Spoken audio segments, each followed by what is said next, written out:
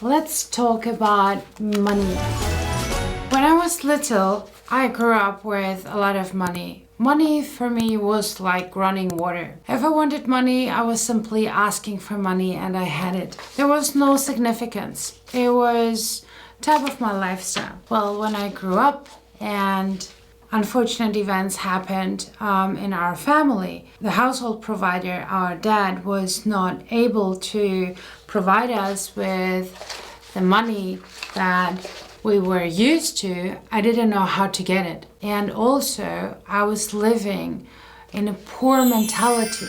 I had a distortion. I had a really weird relationship suddenly with money, with something that for me was so easy. When I grew up, my confidence tank was full. I was like, do you remember like Asterix and Obelix, where Obelix fell in the big pot of this magical juice and he was like so powerful? I want you to imagine me falling into a big pot of extra portions of confidence when I was little, and coming out and thinking that I'm the ruler of the world. I'm like the most fabulous, most famous, most important person in the world. I was like so confident, right? And I didn't have an issue with money at all.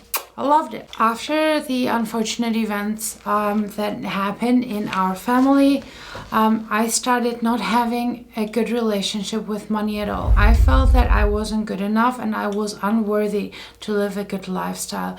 I felt that I was not worthy to receive a lot of money. I was not worthy for anything good because simply I was unworthy. I started working very hard for money. I remember when I first started being interested in looking into what I want to become, where I want to work, and I got so fascinated with dancing and entertainment and acting. I wanted to be an actress, I wanted to be a dancer, and then I fell in love with body painting and makeup and this film world of creation. For me, it was all about my creativity and what we can create in transformation. So I was passionate about that and I didn't care about money.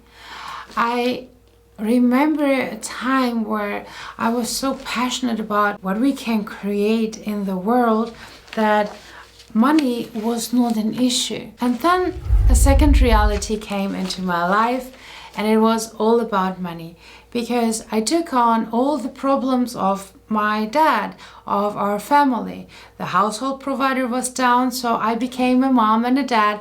I was working for everybody and I had this wrong story in my head that I need to save my family. I need to sacrifice my time. I need to sacrifice what I want to do in life and be there and work like a horse for everybody and work hard because I was feeling unworthy. So suddenly this became my story. When I started then as a makeup artist, I remember working in the film industry and variety of jobs and doing basically hustling there and having like 4 different jobs at the same time and getting like freelance stuff in and whatever I could have my hands on. It was very easy for me to give my services for free. I wasn't charging for my services a lot of the time, because if somebody asked me, oh, can you do this for me? I would do it. Or like on a project, somebody would ask me, can you do this additionally? I wouldn't charge for it because I did not value myself. I didn't know even what value was. For me, receiving became very hard. At the same time, something crazy was inside of me. I remembered how easy it was to have money. My self-image and my memory from the past were telling me, you were rich. You were ultra rich. You had whatever you wanted. So you simply asked for it. So I had this war going on in my head of 2 different realities based on money, based on simply money. One telling me, you can have everything that you want, baby. You simply have to ask for it.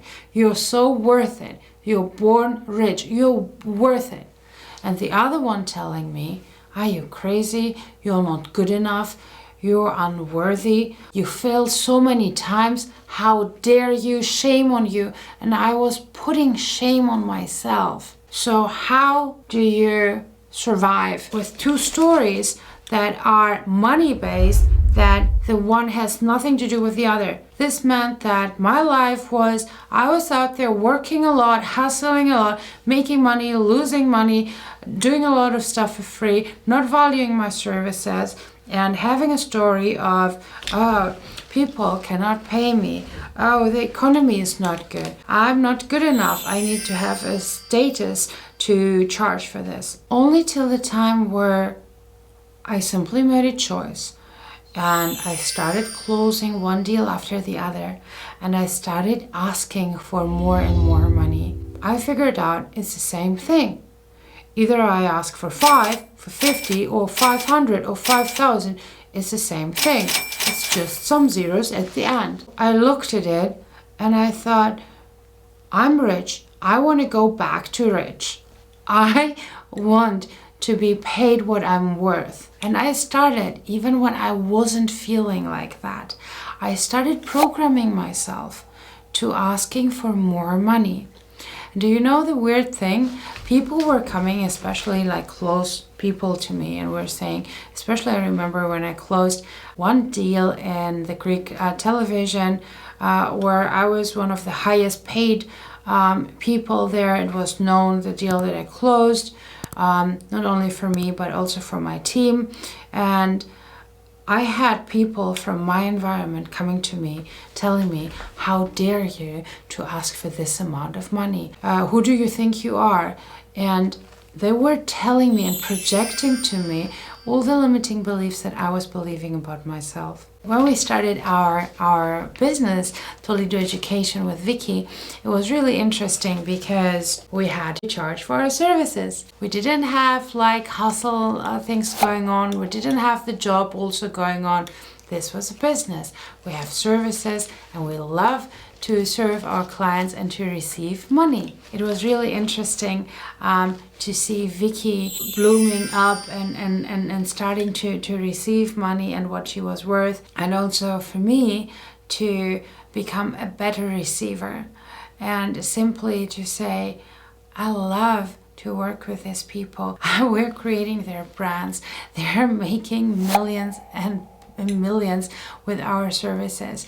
Our services are saving people time and money.